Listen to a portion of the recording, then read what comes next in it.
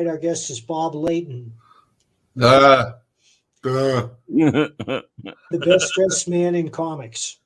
I've known Bob for many years. We've been running into each other at conventions all over. Mike, we've known each other almost 40 years, man. No, yeah. Really stupid.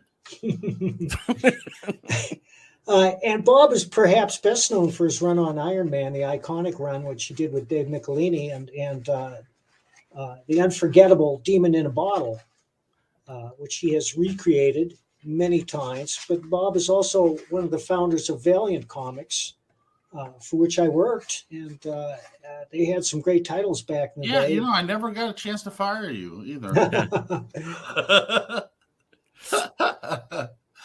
No, we had a great time at Valiant. You're one of the guys I went after. Yeah, I wanted to work with people that I enjoyed personally and professionally, and you were a friend, and you were also a terrific writer. So, thank you, sir. Happy to have you on board. I think I nailed every script I wrote for them except for Archer and Armstrong. Yeah, Barry, look, that's like trying to follow Robert Downey as Iron Man. Yeah. I mean, after Barry, it was a really hard act to follow. So I put you like in a hole there. I know. I apologize. But then you allowed me to crawl out of it with a number of other titles. Right, but I'm saying, I admire your balls for doing it, because I wouldn't want to follow Barry on anything, I didn't know any better. And it was probably at the pinnacle of his career. I mean, Archer and Armstrong was definitive Barry Windsor Smith, right? Yeah. I mean, so yeah, I didn't envy you on that, but at least you had the guts to do it, And you had Voss, who's terrific. It's like Mike Vosberg, one of my personal favorites, a artist. Not a fan fave, but man, I always love his stuff. Great artist, and also Rags Morales, whom we that's right. 2 weeks ago. Yeah, we talked. I quit reading the book after you started it.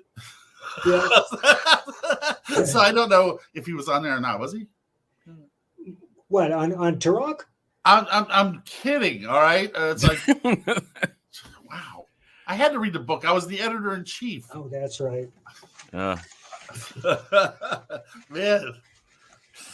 And also, you always spoke highly of Dick Giordano, and Dick was my editor briefly at DC on a number of projects, and he was a great artist in his own right.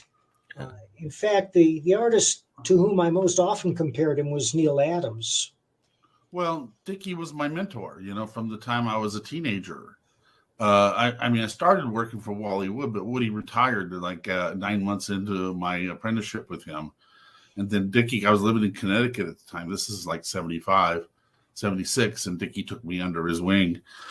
But he mentored me through my entire career. When I was at Valiant, he was running DC, right? He was managing editor. That's right. We used to have to meet in secret because we didn't want to get sued for collusion or whatever. If the head of DC and the head of Valiant were meeting, comparing notes, That's that in the business sense, we could have gotten in trouble, but we just want. And, here I am, I'm running a company with 200 employees, and I don't know what the hell I'm doing, from day to day. I mean, we got by, but, inside I was freaking.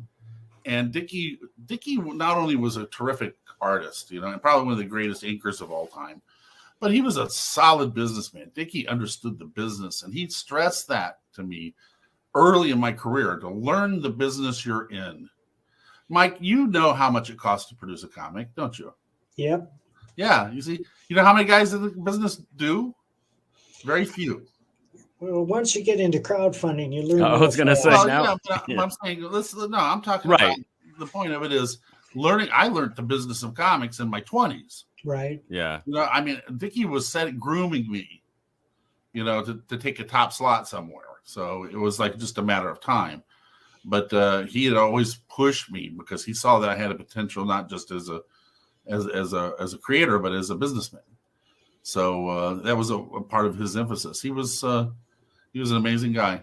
We're coming up on the anniversary of his death too. It'll be 12 years in March. I was by his side when he died, man. I know. Yeah, it's like he was the only closest thing I ever had to a father, and I miss him every day. I quote him all the time. He was a great man. Yep. Back in those days, the editors at the major companies were serious people who understood storytelling and all aspects of the business. That's exactly right. You know, those days, unfortunately, are long gone. You and I were so fortunate. We had guys like Archie Goodwin and Denny O'Neill editing our scripts. That's right. You know, I mean, how can you fall on your face when you have talent of that magnitude, basically, you know, overseeing you on a day-to-day basis? That's you know, right. It was a different world. Yeah, without a doubt. And one of the things that made them both outstanding editors were that they were writers first. Yep. And Exactly. then they became editors. So they understood what it was to create a story, and they understood what constituted story, which is sometimes hard to see. You know how I always felt. The story was everything. I mean, that's why I'm the only inker writer first inker writer in comics, because character and story is everything. You know, without that, no matter how pretty the pictures are, you know, it's not memorable. That's true. And I always tell the story how Dickie, I was on the train going into continuity. You know, this is like in '76 or whatever. I lived up in Connecticut, so we would catch a train and go into Manhattan, where continuity was, you know, on Madison Avenue. And Dickie would be sitting there in his suit. He always had his suit on, right? You know, he'd be reading the New York Times, and there's little Bobby Layton sitting over there, and I'm reading a copy of Avengers or something, right? And Dickie reaches over and pulls it out of my hand, and he looks at me and he goes, "Young man," he goes, "what's your intention?" And I said, "Well, what do you mean?" He goes, "Is this going to be your job or your hobby? If it's your hobby, I can't do anything for you. If it's going to be your job, you're going to have to find some other form of entertainment." And I said, "Why is that?" And he goes, "Well, because you won't bring anything original to the game. If you all your influences are the same medium that you derive entertainment for." I took that to heart. I mean, I got rid of my comic book collection the next month. I sold everything. You know, Marvel always provided me with enough reference of what I needed or whatever, but I don't have a comic collection or anything like that. I got a few long boxes back here of stuff that's sent to me. Yeah. You know, I mean, like copies of stuff that I've done, but you know, so I became a football fan, which is appropriate considering we're doing this 2 days before the Super Bowl. Yeah. You know? Yeah. Well, what was your team? Was your team the Dolphins? Well, growing up, it was the Jets, because the very first game I ever watched as a kid was Super Bowl III with Broadway Joe Namath. Oh. So I grew up in Indiana. We didn't have a team back then.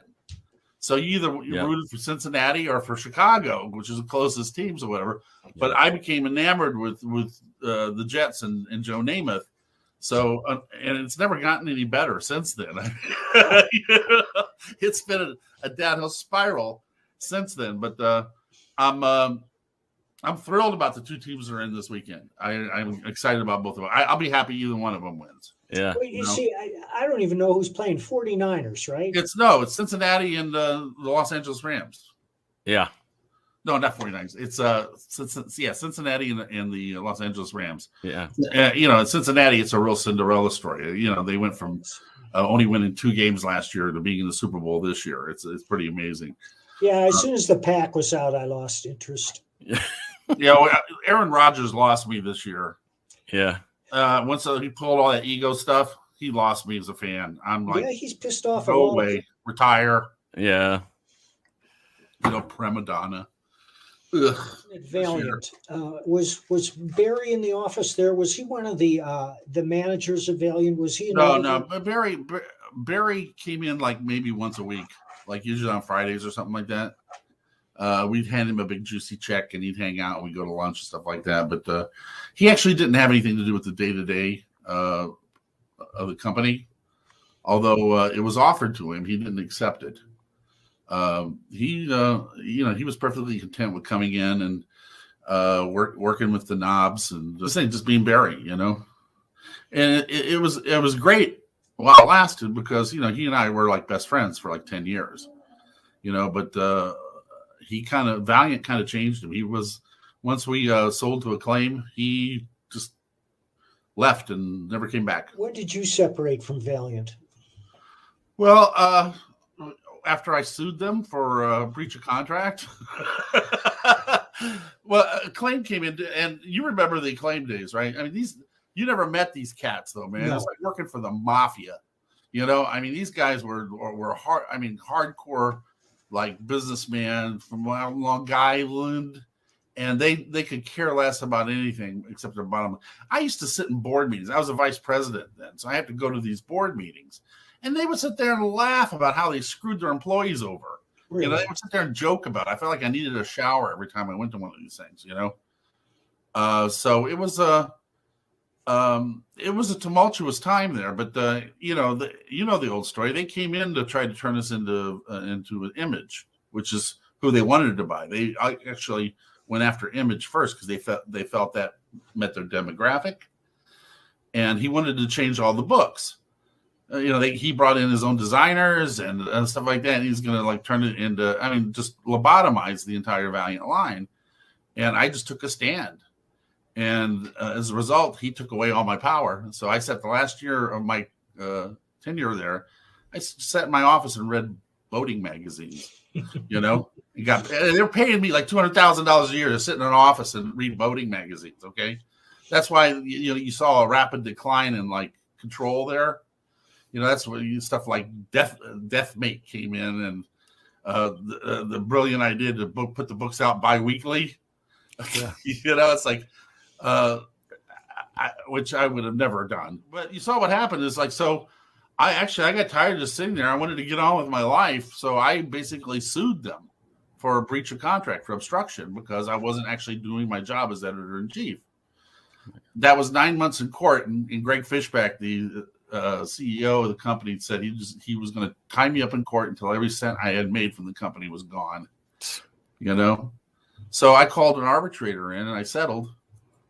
I gave him back $1.7 million of the sale from the sale of the company, and I walked. Getting on with my life was worth more than that. God knows I had made enough money anyway. I mean, they overpaid for the company anyway. Yeah. But what happened is, so they brought Fabian in, and Fabian created that new Valiant line that immediately crashed and burned, you know, based on, you know, what they wanted for their video games, you know. Yeah. The only good thing that came out of the whole thing with Acclaim was the Turok video game, which was a huge hit. Yeah. You see Valiant struggling along today. It's out there. It doesn't have much of a presence, but they continue to put out books. Yeah, Fred's still there too. Did you know that? Fred Pierce is still there. No kidding. Wow. Yeah, I talk to him all the time, man. Wow. You know, Hammerhead Pierce. Yes, I love that guy, man. But yeah, they brought him. They had some sense, and they brought him back in. You know, so he operates as the publisher now. There, yeah, you know, they. I think they're working virtually. They closed their offices down during the pandemic, and we're working virtually, which, you know, was actually not a bad strategy anyway, because overhead is what kills you.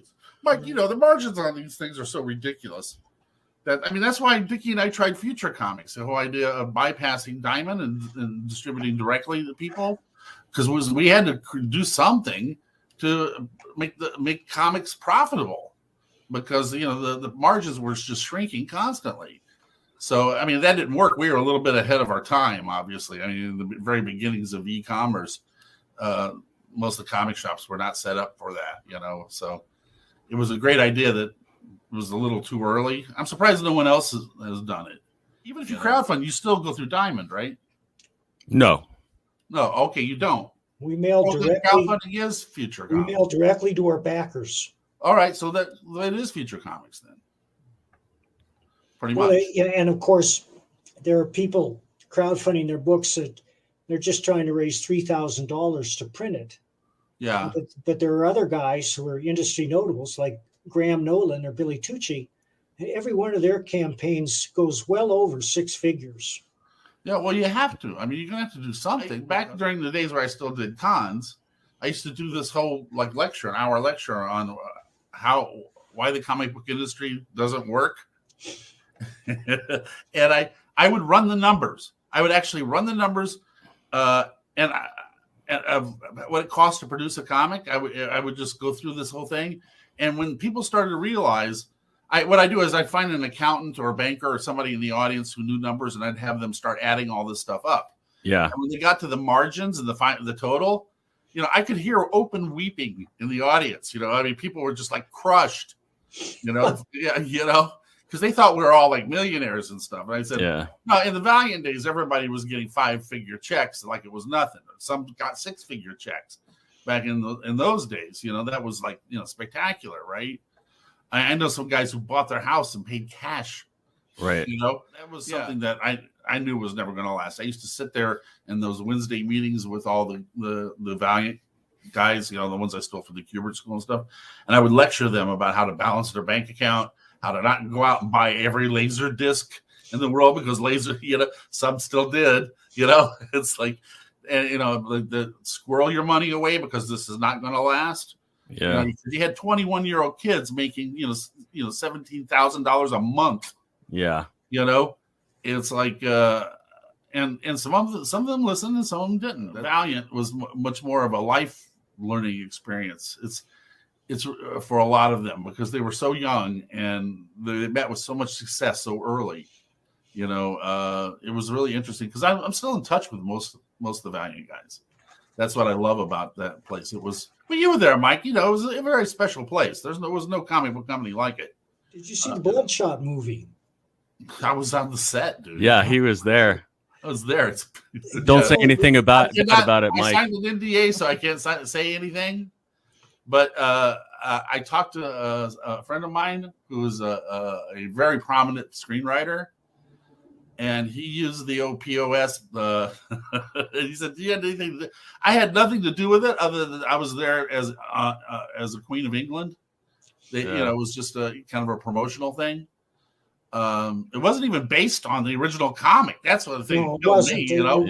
I'm like, at least Iron Man was based on the original comic, you know. I have two legacies, you know. I like I said, I have Iron Man and Ant-Man, and I have Valiant. So I mean, but I'm a purist. I really prefer the old stuff. You know, those, I think we did some great stories there, and we had a fabulous time doing it. And we were a close-knit family, you know. Some of us went on vacation together. I mean, me and 4 or 5 of the guys from the bullpen used to go down to Puerto Rico and go play volleyball on the beach and stuff, you know. Nice. Just to, you know, get away. I had Thanksgiving in my house every year for those people who couldn't go back home. You know, I would have Thanksgiving for all those wayward kids who couldn't make it back, and it's like it was a fantastic time. I got to sit there and work in their office, and there weren't cubicles, Mike. You remember, it's a very open space. But every Wednesday, I'd have a guest artist come in. So any given Wednesday, they could sit down with Barry or Dick Giordano or Stan Drake, or I mean, Jim Steranko came up once. You know, it's like, and you know, they were just, you know, they were just slack-jawed that they were able to get like, you know, instruction from some of the giants in the industry. Didn't you write the X Factor when it first came out? Yeah. That was actually. Are we jumping around, man? Just a little bit. Okay, well, but when you said stuff about facts and figures, because I had forgotten just how big of a hit it was when it came out. It held the record at Marvel for the top-selling book for almost 10 years. Yeah. Until I think it was X-Men 1. Yeah. Jim Lee's X-Men 1 knocked it out of first place, but yeah, it was the best-selling book of all time there for a long time. The reason to read a comic is if you put out a terrific comic with a great story. However, you mean like Florida Man? Oh boy. Yeah. Well, have you seen that? I have to be careful reading Florida Man down here. I live in Tampa. Remember? Exactly. Yes. Exactly. I wrote it for you. You were going to send me one, but you never did. I will. Send me your address. You want me to go to a comic shop and buy one? That's not going to happen. You know, that book is out of print, and we only have a handful left, but I will send you one because I happen to have one. You want me to give you my address on the air here? No, don't give it on the air. It's banned in Florida. All the time. I love it because living here, I just turn on the local news. It's Florida. Yeah, it's Florida Man every day. You know. It's a miraculous state. It's surprised anyone's still alive here. Books. You know, there are 3 Florida Man novels, and the graphic novel is based on the first one. And we're getting ready to do the second, which is even funnier. But the first Florida Man book was a struggle for reasons I can't go into on the air. And it ended up being kind of a Frankenstein's monster, but it still worked because the nature of the story was so episodic, yeah, and crazy. the art fit right in, and we had 4 artists on the book, but you can hardly tell when we switch from one to the other, except for Vale My Eric, who drew 1 page. Val Myrick did, yeah, really? Oh yeah. Vale and I've been working together for years. I love Val. Yeah, he's a great guy. He's down in Texas. Great painter. Now. Oh my God. Oh yeah. Yeah. You must be aware of the struggles that Marvel and DC are having now making sales. Well, yeah, of course. That's why I used to give that lecture, because I predicted. Well, here, and I'm going to say it again. I was wrong in my time frame because they've held on longer than I thought, but they are going to become prohibitive. So the average comic now, because people don't understand, they look at it as units sold. They don't look at it as the Avengers or the X-Men. You know, Marvel's all lumped because they're corporate into units sold. The average unit sold of a comic book is somewhere between 7,000 and 8,000 copies. How can you make a profit on that? I know. It's a loss leader. Now, it made sense when you and I were doing comics because we were creating new characters. We were creating the new Ant-Man or War Machine or whatever. We were creating stuff that basically fed into the machine, right? Into the IP machine. Yeah. Nobody does that now. Nobody hands Marvel new characters or whatever. No. You know? I think the break-even's around 13. Yeah. Right? Right. Yeah. So, you know, the average comic loses money. Yeah. So it's like it just. I said like 5 years ago, what's going to happen? And Mike, you know this is true, right? One of these guys at either Disney or at Warner, some brown nose is going to look at those P&Ls and say, you know, we really could just reprint. We have a library that goes back, 70 years. We could just reprint this stuff and not even bother creating new stuff, and nobody would know the difference. Well, they would know, but we've been waiting for them to make that announcement for a couple of years now. They're going, it's coming. I said 5 years ago, but they've hung in longer than I thought they would. But it's going to happen because somebody's going to get a bonus and a big pat on the back for basically killing the comic industry. There's too much shit out there anyway. Yeah, that's true. The Sturgeon's Law is true. What they did in order to make up for the loss in revenue was just pump out more crud. Right. On a constant basis. This stuff, there's no. Just recently, I had to do a Spider-Gwen drawing for somebody in full color, right? Which I didn't know who Spider-Gwen was because I don't read comics, right? So I go online, and there's 6 versions of her. Yeah. And I go, which one do I do? Because in each one of the comics, it'll be issue 6 or issue 2, she looks entirely different. Yeah. There's no specs anymore on the characters. That's why I refuse to do Hulkbuster. There is not a single Hulkbuster issue where he looks like he did in any of the other ones. There are no specs on any of these characters. And it's just I would be maddened by that. I would just be crazy. The only thing good I can say about Valiant is they still do model sheets over there. So if I do a cover for Valiant, I get model sheets from them. Case of Star Wars, they don't know whether to shit or go blind, and they can't seem to please not just everyone. They can't please anyone. Although I hear a lot of good stuff about the Mandalorian. I don't. Mandalorian is they're generally speaking, they're better than the movies. The Mandalorian and Book of Boba Fett generally better than the films have been. Except for, but I've never been a Star Wars fan anyway. I got to be honest with you, because I always thought the Jedis were pussies. I mean, look at the 3 movies. Luke never really wins a fight. He always runs away or winds up getting his hand cut off, or his father saves him during a deathbed confession. But it's like they don't win fights; they just run away or survive. And I always thought that Lucas has a hard time. He claims to be a disciple of Joseph Campbell, but he obviously hasn't read that book thoroughly. Yeah, but it was so obvious that Obi-Wan should have been the hero in the prequels. And it's so obvious that these are Han Solo movies, original Star Wars with Luke as a guest star. Right. Because Luke is the bumbling apprentice. Yeah. If you follow the archetypes, right? Not the hero. Han's the hero. But we get confused, I guess. But people, they were revolutionary. I understand all that. But you know, and I had a 9-year-old daughter at the time who was a Jedi, so I obviously I wound up being steeped in it just from that, because nothing's better than watching Star Wars with a 9-year-old kid. You know, it's for Jon Favreau too. You know, and I know Favreau. You know, and he knows his way around the story. You know, Favreau is not an idiot. He's a smart guy. You know, he's a good director. He's a good writer. You know, and so they got the right guy on it. You know. I definitely think it's better than the films, that's for sure. The time Luke was not a pussy is when he showed up in The Mandalorian. Yeah. You know? Because not to give that away for those people who haven't watched it, but he does show up, and it's like he was pretty awesome at that, you know? Yeah. Who played him?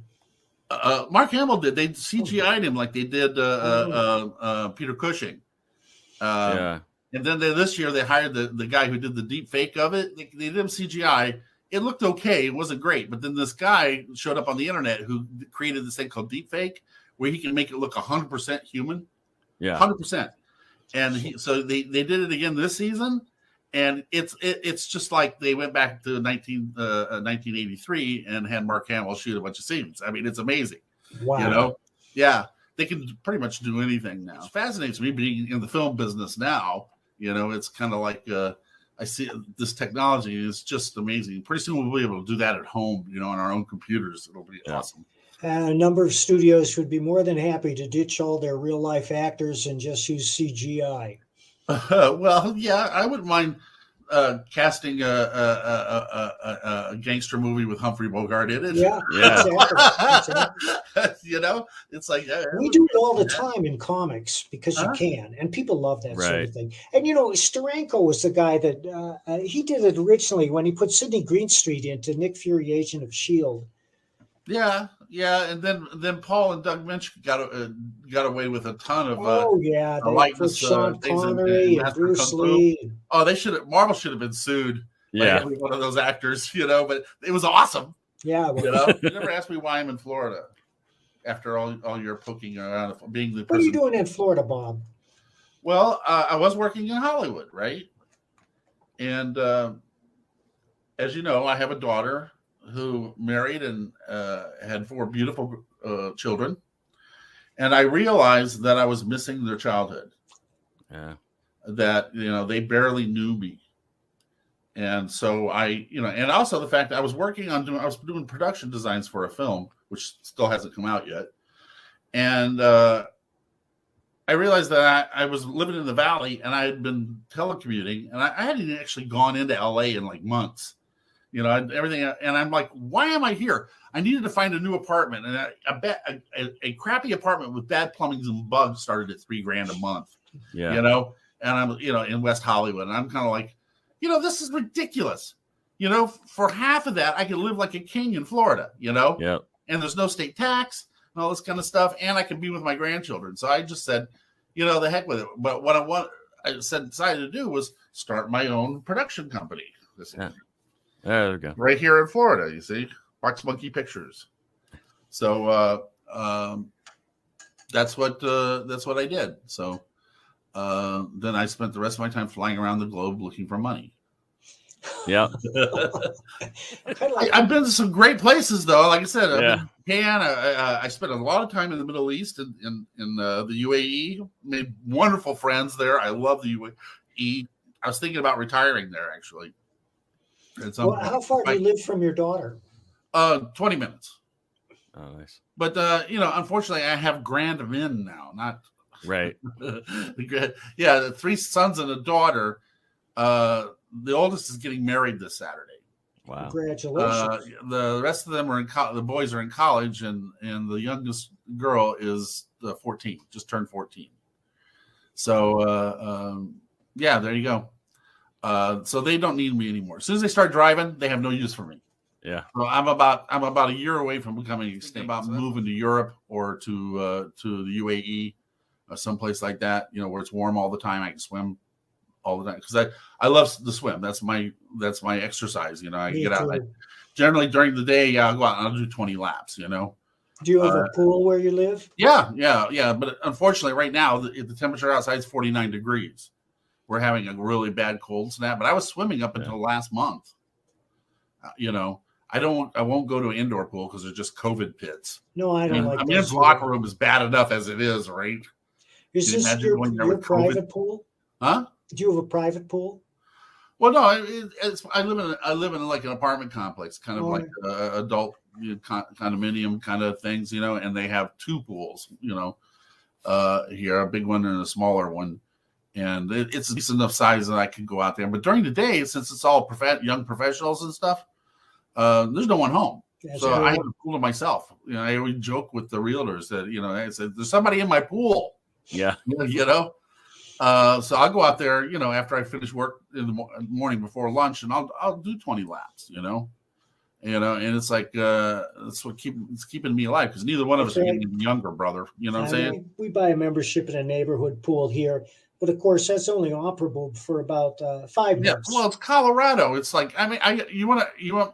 Can I tell you quickly my famous Colorado story? Because you know, by all means, I lived in Colorado. I lived in Aurora for a while, right?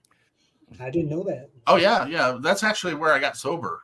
Because I went out there promoting X Factor and got a little too gassed up and wound up doing the Hangover. I wound up woke up married to a stranger. You told us about that. Yeah, you know about that, right? So yeah, I mean, I gotta say one thing, you know, I've done some dumb shit. But man, it's colorful. You know, I mean, I've never been boring. You know, I can say that. I can say my life has been interesting, to say the least. So no, but I went into rehab there, right? So I was living there for a while.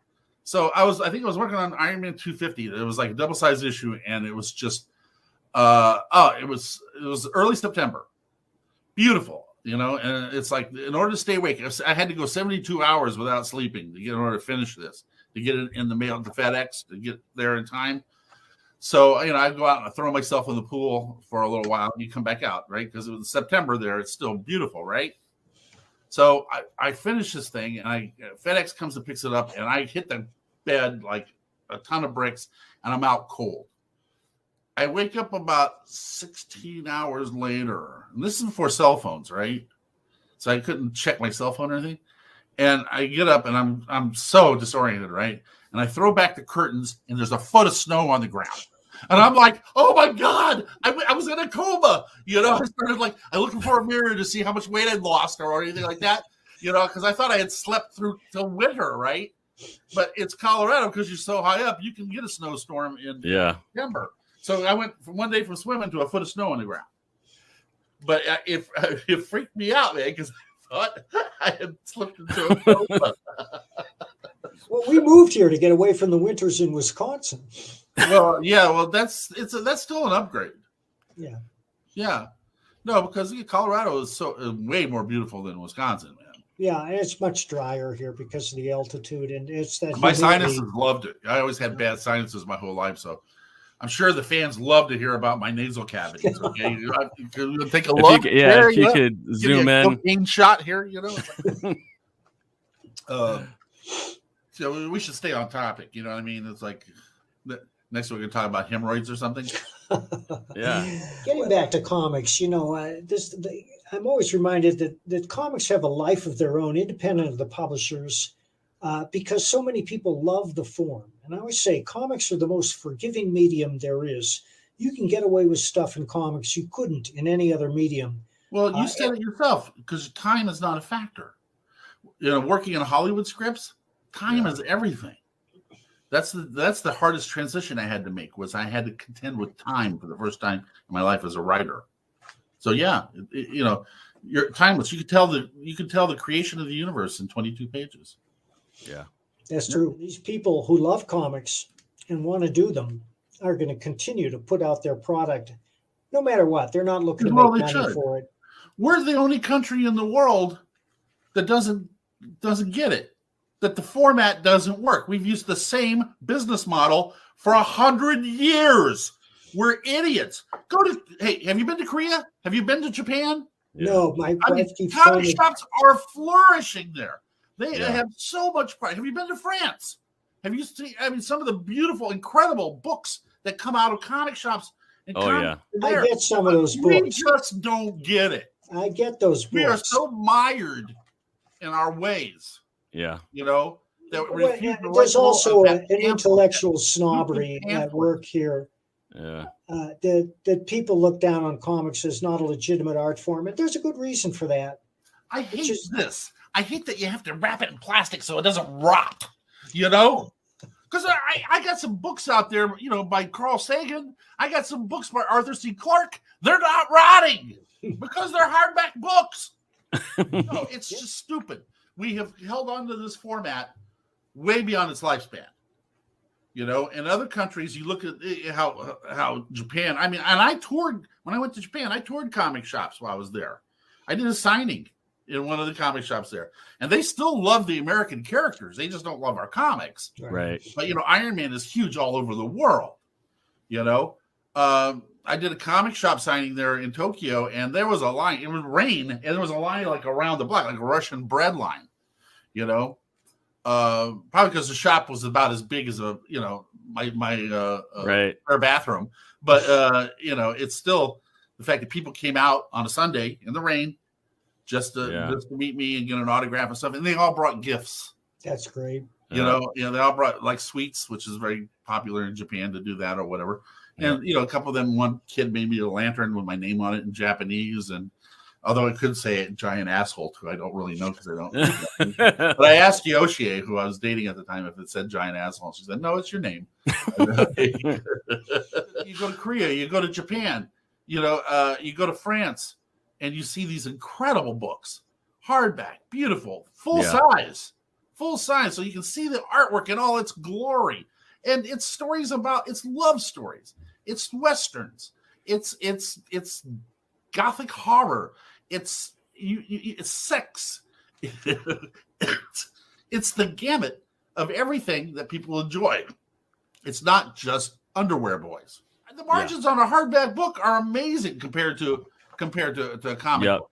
That pamphlet, that 22-page pamphlet that you have to encase in plastic so it doesn't rot, you know, it's seen its day. And, you know, if it has to go out the hard way, so much the better. But the point is there are lots of great alternatives, you know. Well, there are some American publishers that are doing non-traditional, non-superhero stuff, and they're doing very well with bookstore distribution. Look what happened with Mouse this week. Yeah. You know, as soon as the right wingers tried to burn it, it becomes a bestseller again. You know, good job, man. And, you know, and they don't have to wrap it in plastic because it's in hardcover. A lot of these publishers that are doing graphic novels are really carrying on the tradition of the underground that flourished in the late 60s and early 70s, which were intensely personal autobiographical stories like the material that Harvey Pekar or Robert Crumb put out. But there are a lot of new, young creators that are doing that sort of material, and they're getting published in bookstore distribution. The only problem with the underground stuff is they were drawn with crayons. You know, I mean, had they been drawn with a little more aesthetics, you know, you're right. They were far more interesting than the mainstream, you know, superhero comics or whatever. But the point of it is something will have to change. You know, I've been preaching this for 10 years now. That's why I got out. My last comic was 2010. I'm done, you know, because I just saw the writing on the wall. There's just nothing left for me to do, first of all. And secondly, it's kind of like this will not survive in its present form. And I'm not the guy to conduct the revolution. I'm far too old for that, you know, and I'm perfectly fine working in the film business. You know, it's like, one, the money's much better. You know, I think it was Evergreen almost says, I mean, you meet a higher class of asshole in business, you know, because at least some of the guys in the movie business actually know what they're talking about. But no, I mean, I was loving it because I was getting challenges. You know, I mean, I was working, you know, I wrote some spec scripts. I worked on some television series. I did the design work and stuff like that. So I got to do a spectrum of things that were all challenging me. And the money compared to comics, I mean, I did 5 drawings for a movie, right? So just concept drawings, right? And these are roughs. Like I would rough out for a Marvel cover, right? And it was $10,000 for 5. And it took me like a couple hours. You know how long you have to work to make $10,000 doing a comic book? Yeah, I do. Yeah. Tell your viewers. Well, Months. DC, Yeah. what did they pay me It wasn't just $10,000 about for? the I money. think it was for that Dead Man graphic novel I did. But as a writer, a good writer should be able to turn out a 24-page script a week at least. Yeah. Well, you and I come from a different era too, where doing stuff on a timely basis was it wasn't we didn't have a choice. Right. You miss a couple deadlines, you're done. That's it. I mean, it just didn't work that way back then. I mean, when it was still run like a real business, that it wasn't run by hobbyists. So, it was really, I mean, you got some, I mean, that's why I stayed up 72 hours and went into a coma in Colorado, because I couldn't miss that deadline, man. Yeah. It's not that I'm belittling comics or anything like that. Yeah. I'm just saying that I'm going to use a Nicholas Meyer quote from Star Trek, that gallivanting around the universe is a game for the young. Yeah.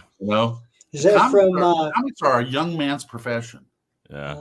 If you're young and you're juicy and you're hungry and you need to make a name for yourself, and things like that, going over and doing a few issues of Spider-Man is not a bad idea. Yeah. Is that from The Wrath of Khan, that quote? Yeah. Yeah. I was just watching that the other one day. of the most beautiful scripts ever written. There's not a wasted line in that movie. I mean, not that I'm not even a Trek fan, but I'm just talking aesthetically from a script. No, you're right. There's not a wasted scene or line in that movie. Everything furthers the plot. It's in that sense, it's structured because Nick Meyer rewrote it uncredited, and when he turned it into, like I said, it was it's just a thing of beauty. I was a big fan of Nicholas Meyer anyway. Me too. Yeah, and I got a chance to meet him a couple of times while I was in Hollywood, which was just, you want to see me fanboy out. That was what I was fanboying out, to say the least. But he's a terrific guy, very dry, funny, dry guy. But it's really true for comics now.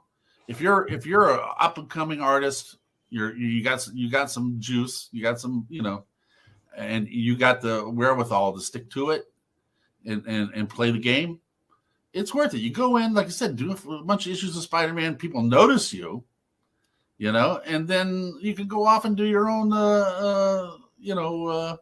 thing like Mike's doing. Nothing more frustrating for me is to sit there and watch things that I created gallivant across the screen without any sort of compensation Well, I have to say that it really sticks. There is so much merchandising out there with my art on it that I mean, but didn't you create War Machine? Well, I created Rhodey. Well, and they paid you for that. No, we talked about it.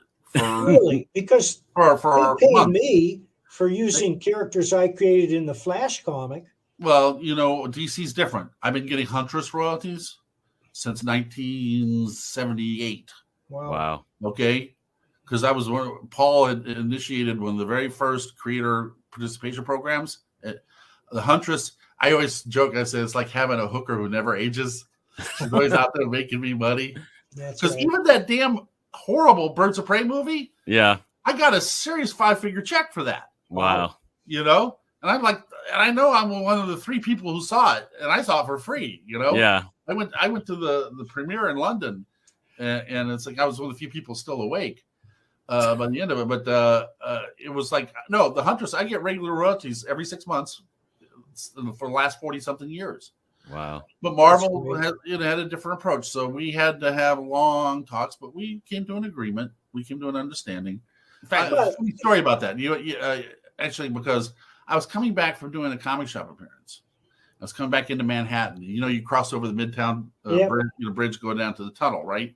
So you see Queens down below there. And I remember I was coming back, and there was actually, I wasn't at a convention. It was actually from this girl I was liaisoning with in Michigan. Okay, but anyway, so I'm going over the bridge, coming down into the tunnel, and I see down there the James Rhodes Tool and Die Company. And I started thinking, because it was right in the process of creating Tony Stark's best friend. And I go, Jimmy, I go, Rhodey, because, this guy follows him around and backs him up and all that. I said, that's perfect, right? So that's where the name came from. The James Road Tool and Die Company isn't there anymore. But I took their name, yeah. Cool. So you owe them money. No, they're out of business. I don't owe them anything. But whoever James Rhodes was and his the tool and die maker, yeah, he now is immortal.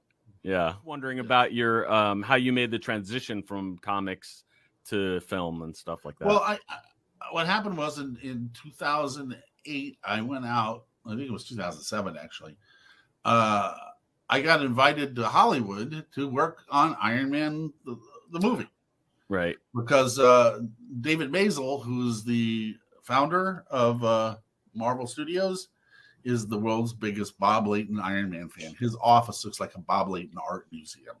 He still sends me pictures sometimes. It's like, look, I bought this cover for $54,000. And I'm like, okay, bite me. It's like, but he'll go out and he'll drop 50 grand on one of my covers, and then he'll show it to me. And I say, yeah, I probably sold it for $100 to pay my rent that month, Yeah. That's another thing that just kills you, man. Everyone was screaming about that Mike Zeck cover that sold for $3 million or something. And I'm just like, how much did Mike Zeck get? Yeah. Heritage should have a thing where 2% or 3% goes to the artist. Yeah. Just as a, acknowledging, it's like, because I felt bad for Mike. Besides, 3% of $3 million isn't a bad payday either. Oh yeah. I think it's about money, but none of us are rich, are we? Yeah, me, Hoss. So, well, some of us were. I told you when I retired. This isn't getting to the story. When I retired from Valiant, I'd gotten away with about $3 million altogether, and so I put it in a brokerage house. And I had to manage it for me. And I would just decide I would live off the dividends, which was about $6,000-7,000 a month, which is way more than I needed. So I decided to move to Florida because I hated cold weather. I wanted to live someplace warm where I could swim all the time, right? So, but what happened was just prior to 9/11, Congress was passing a bill that we're going to subsidize the airlines because they were all in terrible shape right then. So the brokerage house, which remained nameless, Urban, they sunk all my money into airline stocks. Oh. Just a month before 9/11. So when the buildings went up, and it's an act of God, what can I do? But yeah, most of my money went up with the building. Like I said, I grew up dirt poor, and I've been a millionaire. And the only difference is you don't look at the price tags when you buy something. Yeah, nothing changes otherwise. I'm pretty well off now, but I'm just saying, I got out of the comics pretty well. So anyway, so I was cruising there for a while, and then after that happened, I started Future because Dickie came up with an idea how 3 old farts could basically revolutionize comics. And I took the rest of the money that I had left and sunk it into that. Well, that didn't work either. So anyway, so I wound up pretty much kind of like at a dead end where I couldn't really go back to comics because at that point nobody wanted me, because once you've been a boss, they don't like you anymore. It's real tough to get a job because once you've been an authority figure, you didn't hire me way back when. You remember you had that company and you didn't hire me. Yeah. And it's like they know, but they never forget, right? But so I was like blacklisted for about 5 years. And then I get a thing out of the blue asking me to come out to LA and work on the DVD side of the Iron Man movie. And like I said, David Maisel, being a huge fan of mine, he gave me the greatest compliment in the world, the best one I've ever gotten from anybody. Because he said, if it wasn't for his love of my work, there would be no Marvel Studios. Wow. And I'm like, wow, that's the highest compliment I've ever gotten. It's purely coincidental. He could have easily loved Moon Knight more, but I was just luck of the draw, I suppose. But he happened to be. That's why it was no accident that Iron Man was the first thing they did. I'm friends with Hawk Osby, who wrote the screenplay. Still friends with him to this day. Great guy, terrific writer. Also wrote Children of Men, too. Academy Award nominated writer, you know? Yeah. So yeah, it was one of those things where it was lightning in a bottle. Everything was just in the right. I could feel it. Everything was just right. I mean, Downey was the perfect guy, you know. Oh yeah. You know, Favreau was really trying to make his bones on that movie, right? You know, he'd had some success, but this was it for him. So you just feel it. You could just feel it in the air, man. You know that it was going to be huge. You know, so you know what happens. I went out there and I did the DVD, and I really had such a great time. And I met Nick Meyer while I was there, and I said, you know what? I haven't had any challenges, and it's like this is incredibly a whole new medium for me. So I pulled up stakes and I moved to LA. You know, with not much going on at the moment. You know, actually, first job I landed was writing Iron Man Armored Adventures for Nicktoons. Nice. I talked to Brandon Allman, who was the showrunner, and he's like, "We've been ripping your stories off for years. We might as well just go to the source." Right? Yeah. I hated television. I hated working in TV. I worked for Cinemax, and I worked for Nicktoons, and first year or so or two out there, and I was done. It's like there's too many chefs in the kitchen on television, especially on kids shows and stuff. It was just the approval processes you got to go through, and the amount of people who have their hands in a cookie jar is unbelievable. So I found that frustrating after being a boss most of my career. You know, having to kowtow to like 5 or 6 editors at once, all contradicting each other in a different color ink. Yeah, you know, is very, very frustrating. And of course, Marvel was using me to do promo because, then Iron Man 2 came along. I did 25 or 30 interviews with various magazines or whatever for Iron Man 2, and I went on to the set and all that kind of stuff. And then what happened was, so I started working on my own spec scripts. And one night I was at a party at BOA, very fashionable place on the Sunset Boulevard. All the pretty, beautiful people hang out there. And it was a birthday party for a friend of mine who was an agent, which, by the way, I would never use the term friend and agent ever again in a sentence. After 10 years out there.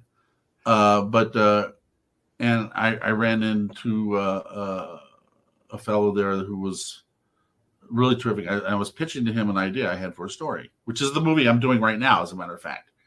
It's taken me 11 years, but we're finally actually making the film, where we just finished the initial contracts and all this. So we're going to be shooting in Sweden later this year. But a really funny story, because I'm talking to this guy. We're all sitting in the fire pit lounge and stuff. Everybody's like, having a good time being Los Angelinos, this kind of stuff. And so I'm telling him the idea I had for this story. And he goes, I really like that. He goes, look, my dad and I have a production company. Would you like to come out to the Disney lot and like pitch it to him? And I said, sure, why not?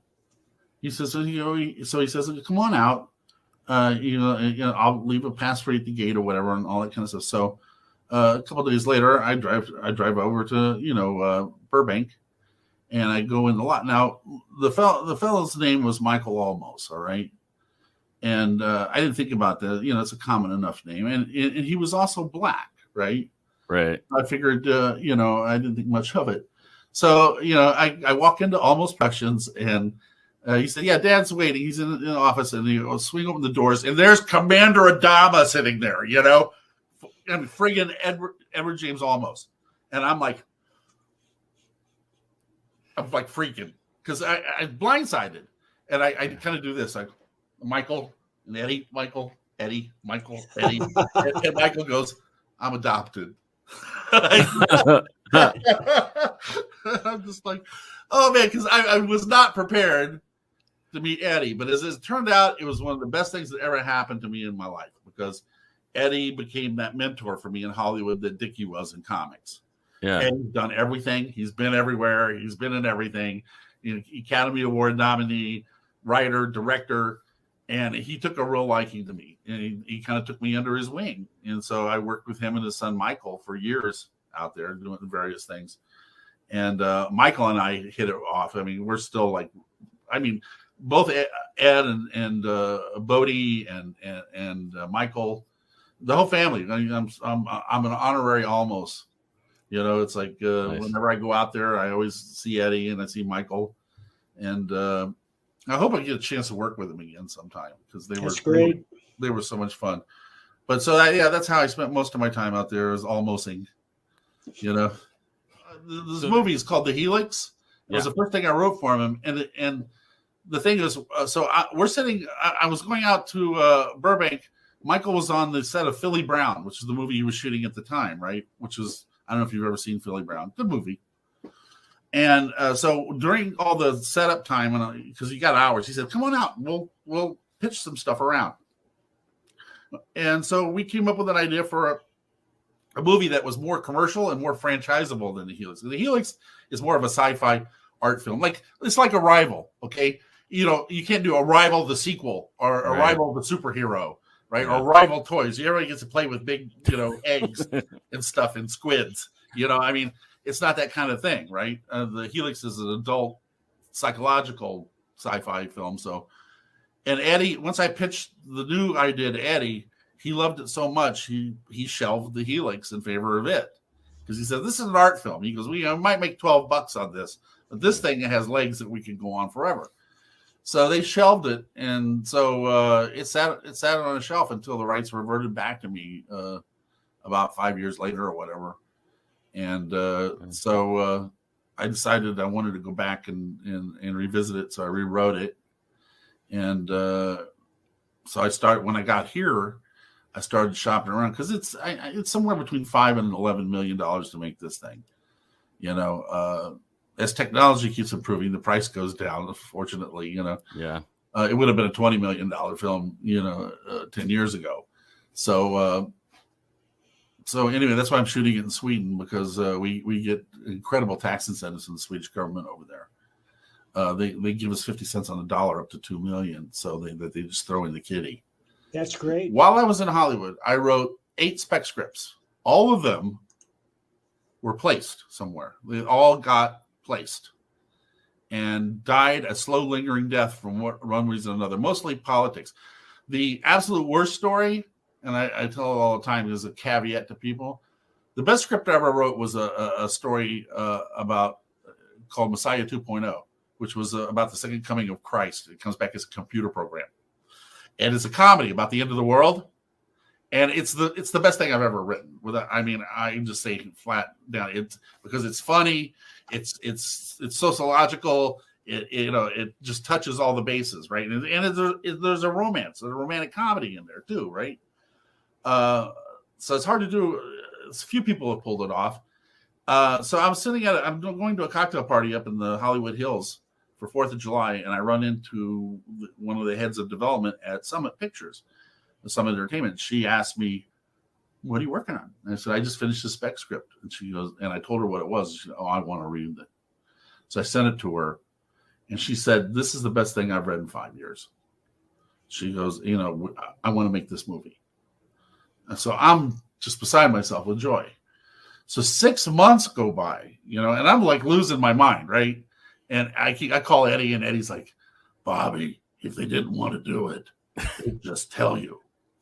He goes, "The longer it sits there, the better it is for you. That means they're thinking about it." So I said, fine, right? So what finally happened is, as you probably know, Lionsgate came in about 2012 and bought Summit and threw everybody and everything out. Because they killed the servant master there in Hollywood. It's just like the pharaohs. They come in and they kill everybody. So, I was just told, we don't do religious pictures. Well, it wasn't a religious picture because the thing was an allegory. The computer program wasn't really Jesus. It was, the whole thing was an allegory. It was never stated that it was anything divine. And Eddie and Michael had to talk me off the ledge on that one. I was just ready to pack it all in and quit, But that happened to me about 6 times, where I'd had something done. They said, "We want it," and in 2 cases, the agent that was working for me at the time negotiated me right out of the deal, because an agent is your best friend until there's money on the table. Yeah, and then it's every man for themselves. Yeah. So be wary. Use your lawyer. If you have an entertainment lawyer, use your lawyer. Yeah, I do. Yeah, use your lawyer. Don't use an agent. Right. Agents, like I said, agents are only good if you're Robert Downey Jr. or Steven Spielberg. Right. You know, if you're Bob Layton, they're not much help to you because they're basically going to try to take every cent they can out of your mouth. I hated living in LA. I hated the traffic and the expense and all that kind of stuff. I miss my friends and I miss the food.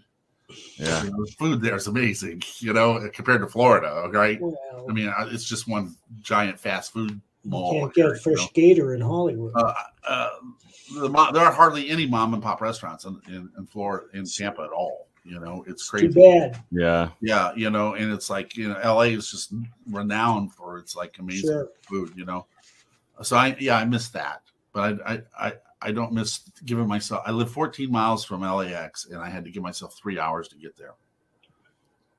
You know, I don't miss that at all. As Michelle, my business partner on Box Monkey Pictures.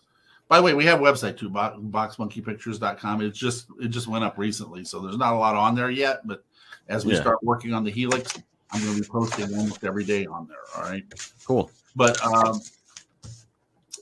Michelle told me